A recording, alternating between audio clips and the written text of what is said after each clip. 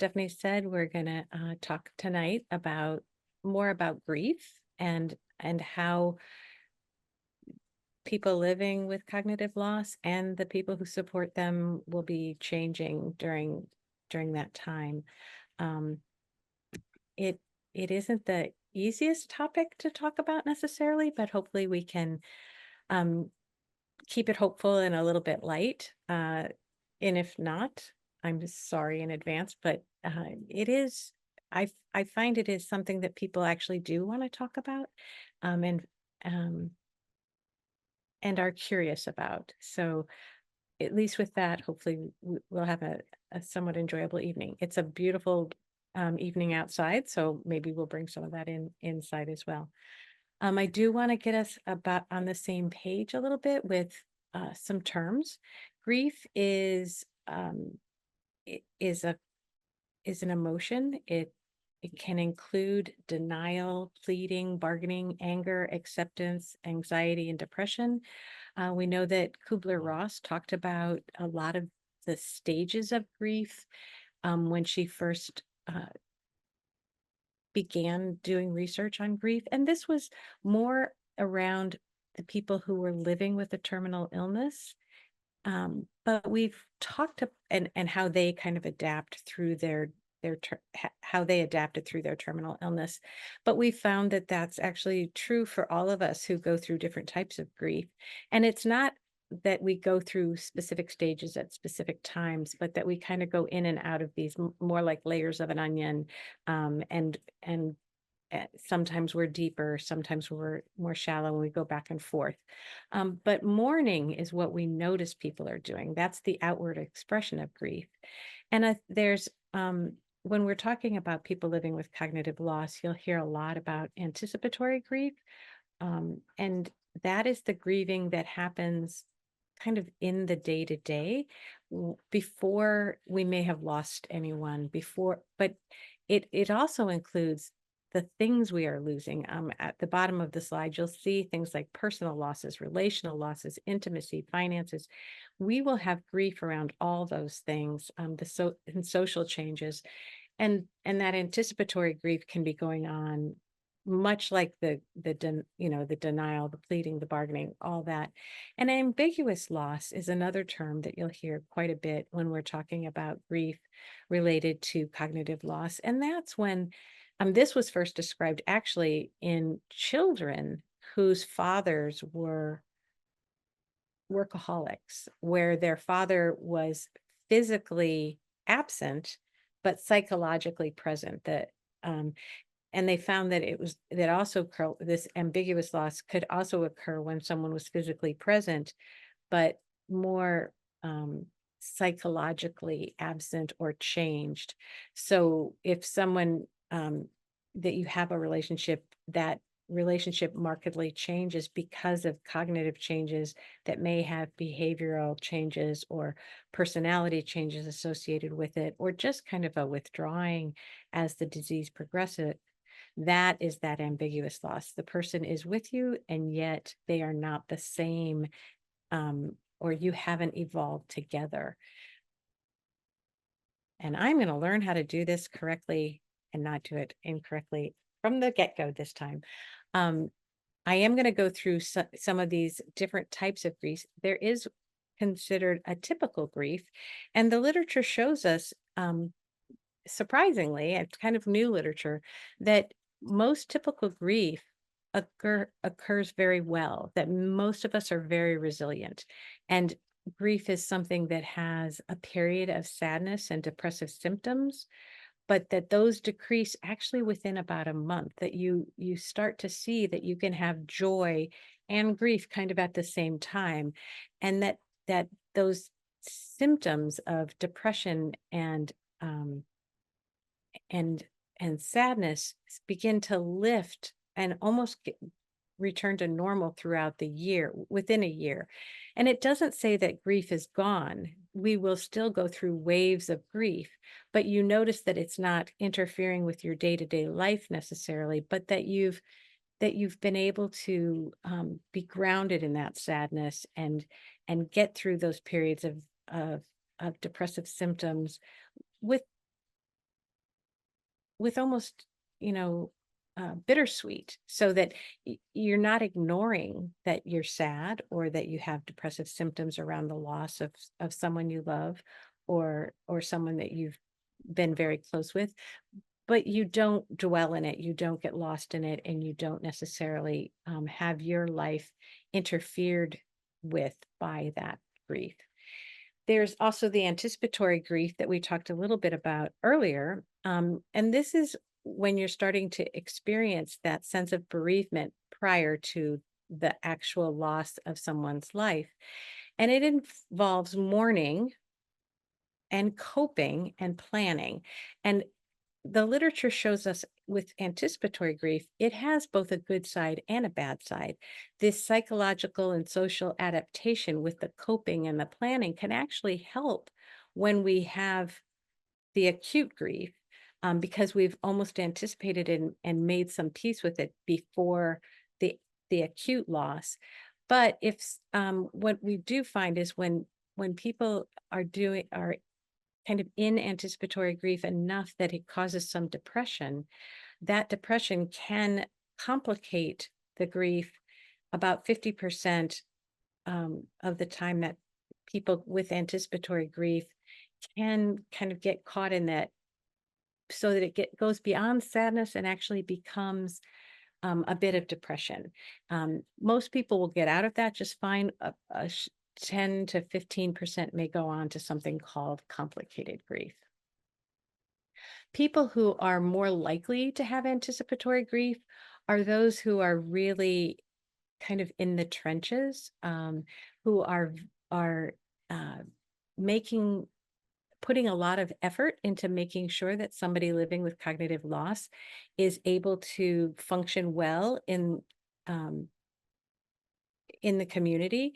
Almost that giving over, that extra effort can be a piece of anticipatory grief, almost as if because you're so in it, you realize how much is being lost from, to maintain functioning in the community, or when you have to be more involved because someone might be having uh, agitation or different behaviors that are showing distress. Again, when you're more actively engaged in that distressful behavior, or when you're more engaged due to agitation, you're more likely to experience anticipatory grief. Complicated grief is grief that has gone a bit beyond what is considered a normal grieving process, and there is no such thing as a normal grieving process. I'm sorry I even said that, but uh, what is considered persistent is at least 6 months or longer, and disruptive, and that's when it becomes complicated, when it disrupts your day-to-day life. And symptoms will include, and I actually listed them out because I think they're important to understand them, so that you can either see them in yourself and recognize that and get help, or if you see it in someone else, and we will talk about how to companion someone during the grieving process. This is when you might want to say to them, I think we need to get you a little bit more help than usual. But the symptoms include trouble accepting the death. um, I've heard of people who may actually have some delusion, when you think that the individual is going to walk through the door at any minute for such a long period of time, and not just, I mean, I think we all go through that when we're greeting someone, hoping that they will walk through the door, but not actually thinking that they will. Um, Inability of trusting others, when you start to get a little bit bitter, or irritable, uneasy about moving on, getting mad at other people for moving on, when you feel detached from almost everyone else. And of course, a lot of these symptoms are normal in the beginning, or normal off and on in periods. But when these become the persistent and disruptive symptoms, when you sense that life has no meaning, when there's no hope for the future, or again, that sense of agitation, those are things where the grief has gotten um, complicated and above the norm. And finally, we talked about this as well, but something called ambiguous loss or disenfranchised grief. And that's when somebody is physically present, but psychologically they're markedly altered. And a part of this comes from the uncertainty or the unusualness of this. It's when there are days when you feel like you have the connection you've always had, but there are other days where it that they're the connection is not as easy. I remember telling one of my friends that I felt nearly schizophrenic when caring for my mom, that one day I'd walk in and she would give me great advice on coping with I was in a very stressful time in my career when she was in the early to moderate phases of her cognitive changes, and she could zone in on my anxieties and my stressors, and she would give me dead on advice. And the next day, I would be going kind of looking for that same advice and support. And she would look at me blankly. And, um, if I was telling her the kind of the sequelae of the story that she had such insight into the day before, she would look at me blankly and I would have this sense of she was like, why is this even a problem for you? Kind of a day where her her emotions were a bit disconnected from me. And it was that irregularity or that up and down that had me kind of going up and down.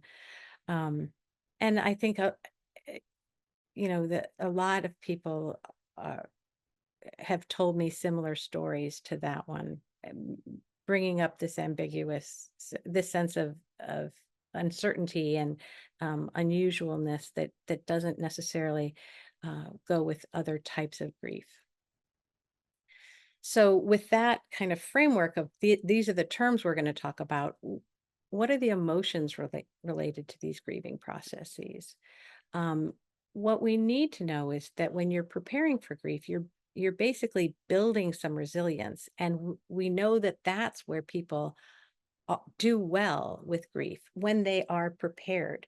And so when somebody has a terminal illness, and again, we know that cognitive loss is a very chronic illness, but at this time in 2024 it's still a terminal illness, and that we don't know the trajectory of the individual living before us or of ourselves. Preparing does make sense, and you need to prepare um, medically. You need to understand the process, and that's part of what we've been doing here, is getting ready for that. You need to you have to prepare psychologically. There's the adapting to um, the the psychological changes. I was just talking about the day with my mom, where some days she was a huge support for me, and other days she just couldn't be. And psychologically, I needed to become more nimble with that and not um, crash every time that happened. And then finally, there's the actual preparing for things like um, planning a funeral, having uh, advanced directives, having a durable power of attorney. That kind of preparation matters as well. And when we kind of go through this, I understand the disease, I understand myself, I understand my reactions, maybe by reflecting on how I've dealt with loss in the past and how I need to modify that loss for now, and preparing practically for some of the things that happen anytime someone dies. Um, Things like funeral plans, those things help us get ready, um, psychologically, practically, get us ready to be resilient. Um, when we're actually going through acute grief, it's important to start looking for laughter and joy amid the sadness. And a lot of people will say, well, that I'd feel guilty doing that, but that is normal. That um I mean, every time I think about when we get together for funerals in my family, it is always this mix of telling great stories about the person's life or stupid stories about our lives together, while we're also sad.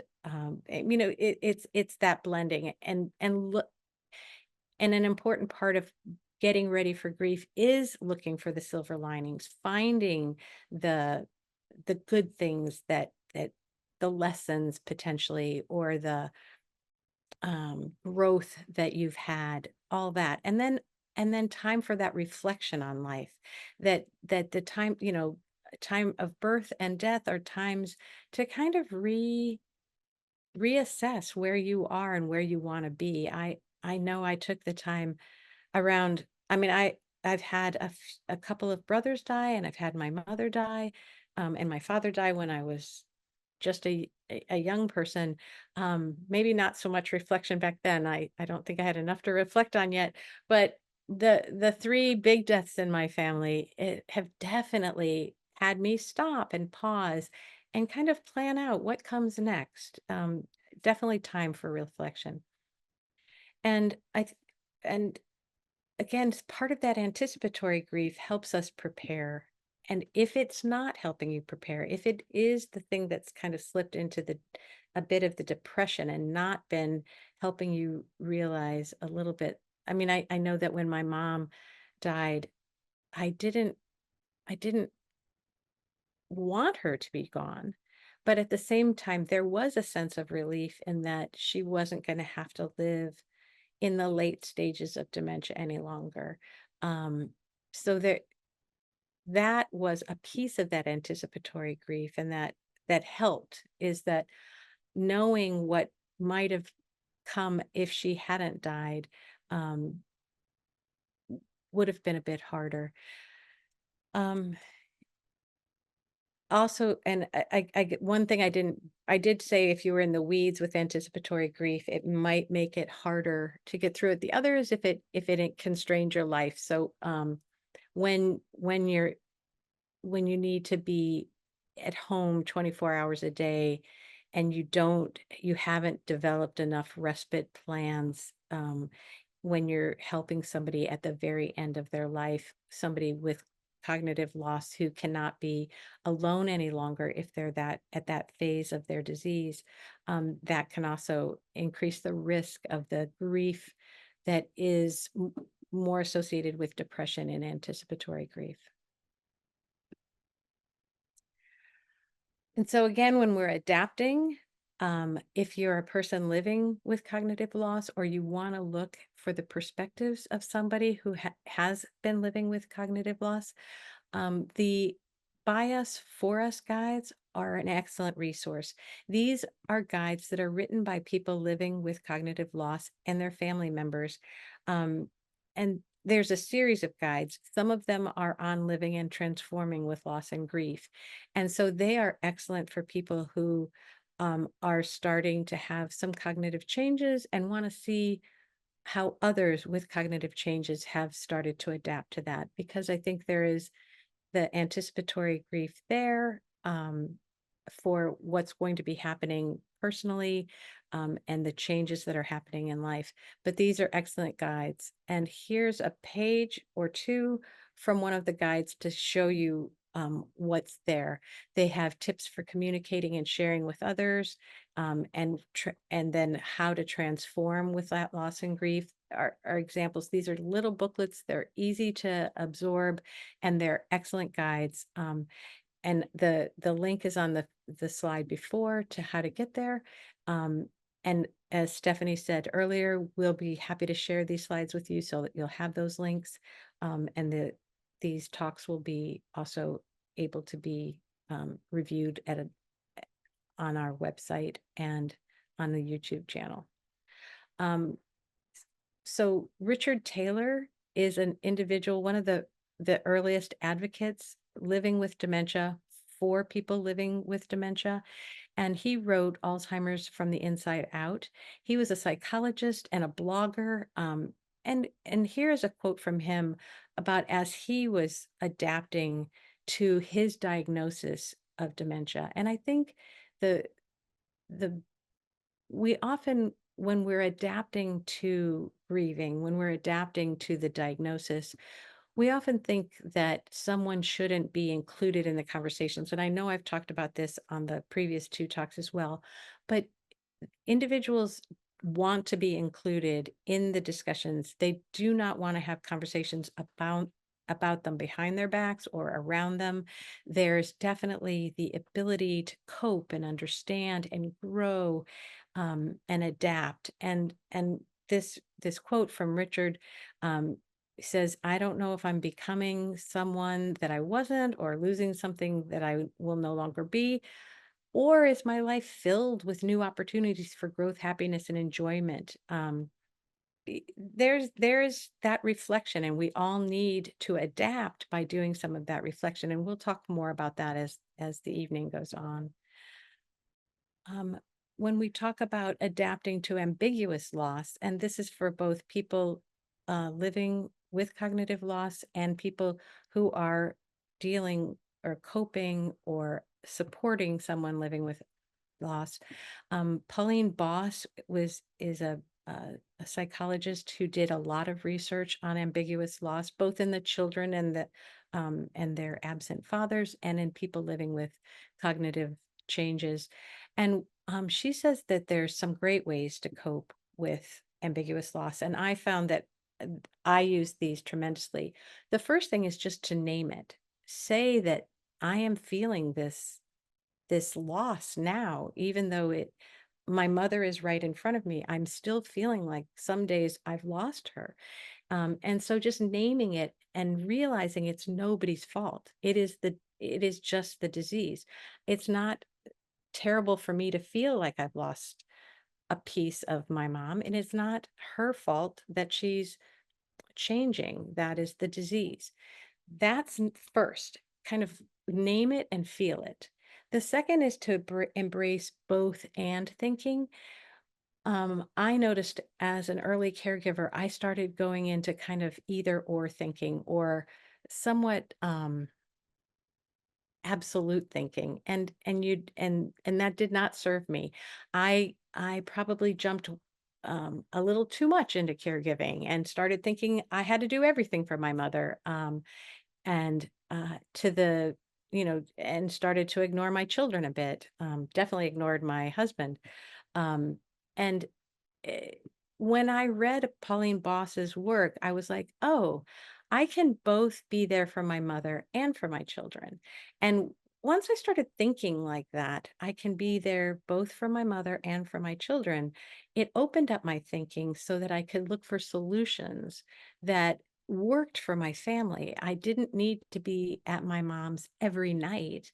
I could hire somebody, because my mom had some resources. I could hire somebody else to be there, and I could take that time and be with my children. And I found a much better balance, which brings you into the next one, which is expand your team or expand the people that are going to help you. If you can um, expand the people around you, the you'll be able to kind of fill in the gaps a bit on some of the things you're losing. They don't always have to be um, supplied by your spouse or your mother or your sister or whomever you might be supporting. And having a team around you will help you kind of right size the perspective, because you'll be hearing several perspectives because there'll be more people around you. One of the things I thought was crucial, that Pauline Boss talked about, was continuing family rituals, uh, and and that they will need adaptation, of course, but not to discount them. When we are in this loss, we need to have some of that grounding in things that have always happened. It's important to celebrate birthdays or holidays, religious or um, just fun, 4th of July, whatever it may be. And if it's too much for I mean, I think during COVID, we learned there's so many ways to celebrate, even if we're not together, so that we can figure it out. I mean, my mom loved um, like Oscar parties, and so we started having Oscar parties on Zooms. She couldn't necessarily be a part of the big hubbub, but you know, I could go over and put a tiara on her and put white gloves on her, and we could have fake champagne, maybe real champagne, depending on her day. But she could be part of a lot of the Oscar performancing stuff. And then when she got tired, we would stop. I know that as she got further in her disease, uh, she came for Christmas breakfast rather than Christmas dinner. And then after dinner, I would grab dessert and slip out and tell her about everything that happened after Christmas at our house. Um, because the hubbub of the kids and the hubbub was too much for her as she progressed in her disease, but I still had some Christmas with her. I got out of the dishes while I brought dessert to her um, at her assisted living that was just about a mile away from my house. We would have a little celebration of our own, and then I could hop back and be back um, in the holiday that the rest of my family was having.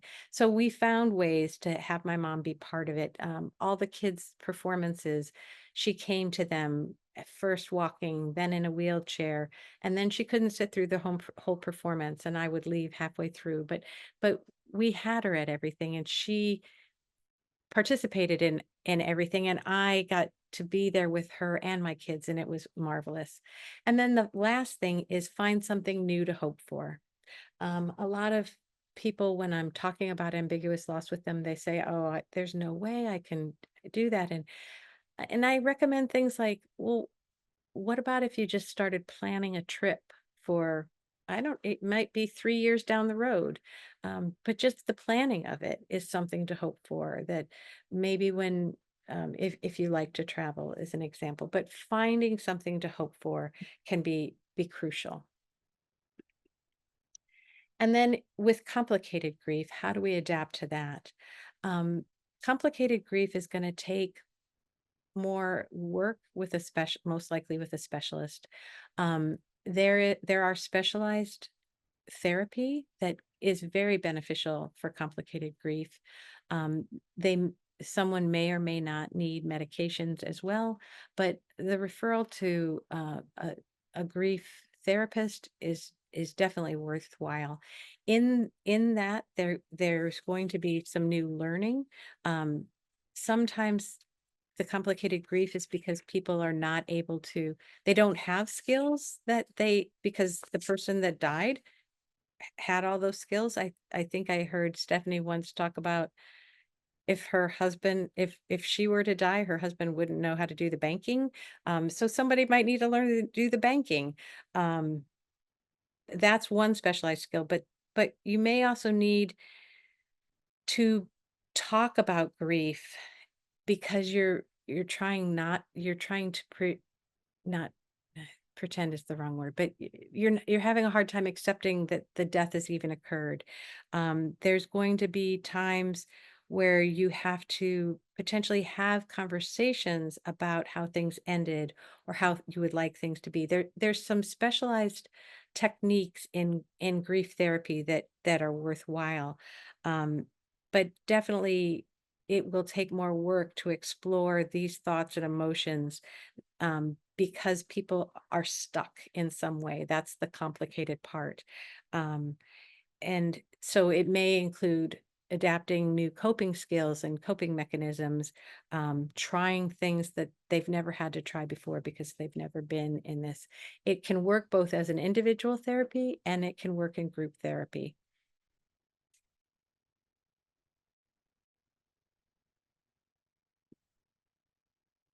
And I think when we're adapting again to grief, we sometimes we may not be the one grieving, and we may be um, just watching someone else grieve and supporting them. And Alan Wolfelt is a grief therapist, a grief counselor, who has a who has several good publications, but one is called The Journey Through Grief, The Six Needs of Mourning, and he has a Center for Loss with the website is a link down below. But he says that there's about six things we need to acknowledge. And so if you can be with someone else, acknowledging the reality of the death, embracing that pain and loss, there is no way around it. And unfortunately, you can't escape grief.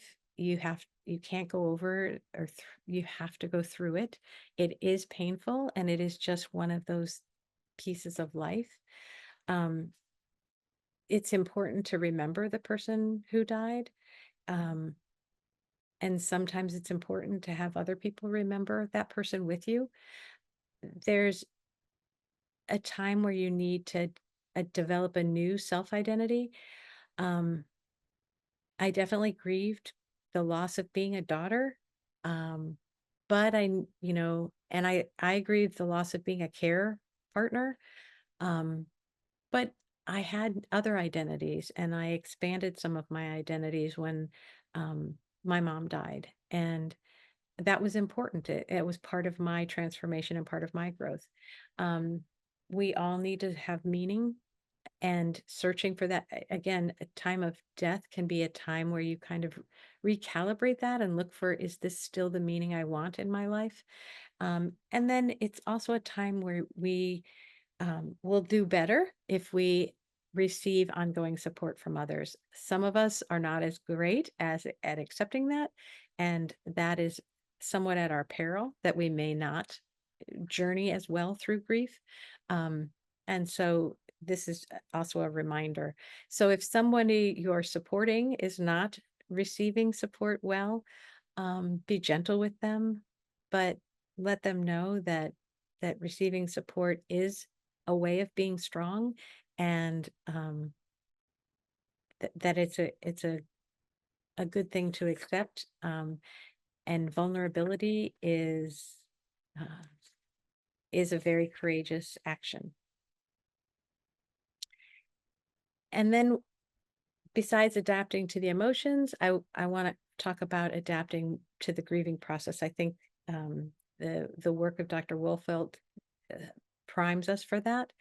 Um, at CaringKind, we use the work of Edward Shaw, who is a physician who supported his wife who had early cognitive decline.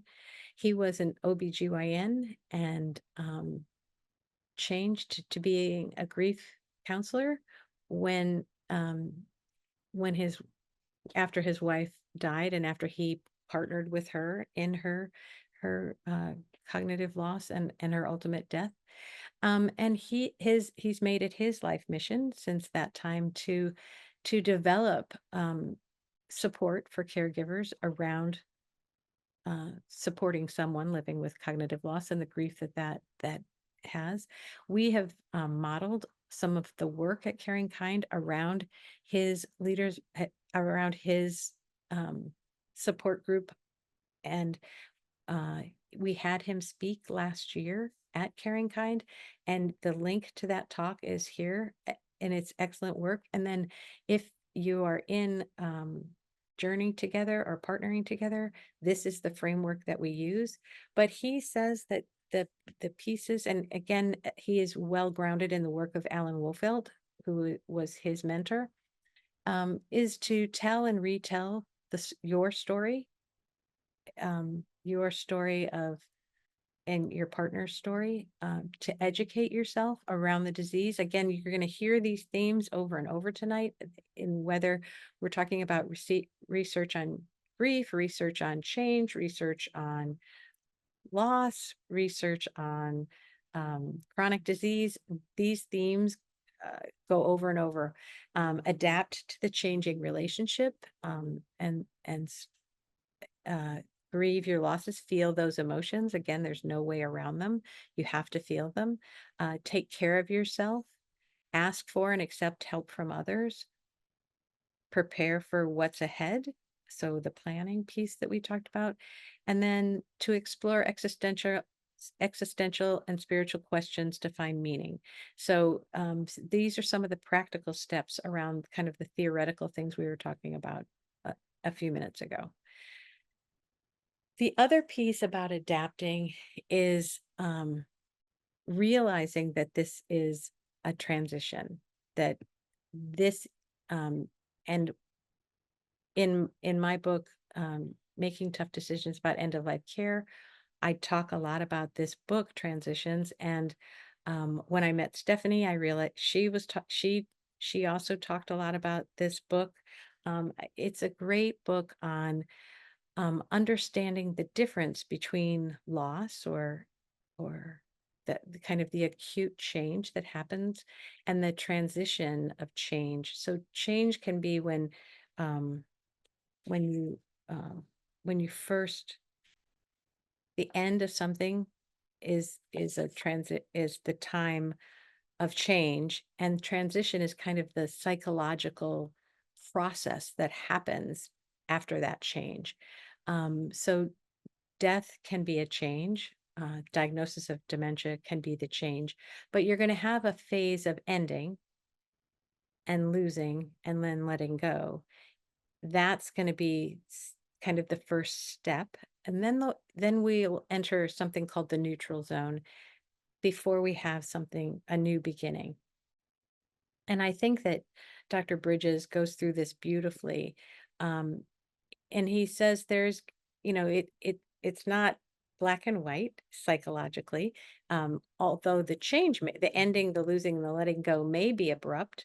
Um, but with something like cognitive loss, it is a bit more of a stepwise process of things not being as black and white, except when there's the death.